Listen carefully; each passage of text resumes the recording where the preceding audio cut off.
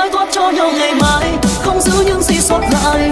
Đúng nay anh đã sai, chẳng qua là do cả hai. Phút chốc anh nhận ra anh sẽ yêu thương lấy mình, để anh không khi suy nghĩa vì ai kia.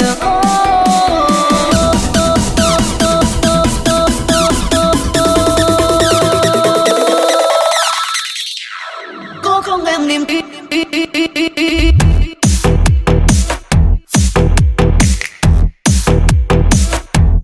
Có không em niềm tin?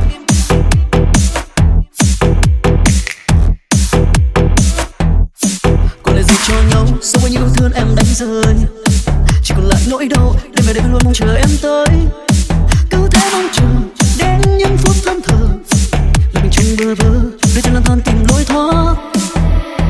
Cố thoát ra cảm giác dày vò từng cơn anh đang níu lấy, biết trách ai cứ giấu thật nhiều vì em vẫn còn đâu đấy. Hứa với nhau rất hứa để rồi làm đầu tiên anh chấp nhận một tình yêu. Có không em niềm tin anh thoát ra khỏi chính mình, đã lo anh lận thinh vì em mà anh câm nín. Nói ra cũng vậy thôi, anh biết anh mất em rồi, tình đầu đã phai phôi. Yeah, yeah. Giải thoát cho nhau ngày mai, không giữ những gì sót lại. Đúng nay anh đã sai, chẳng qua là do cả hai. Phút chốc anh nhận ra anh sẽ yêu thương lấy mình, để anh không khi suy nghĩa vì ai kia.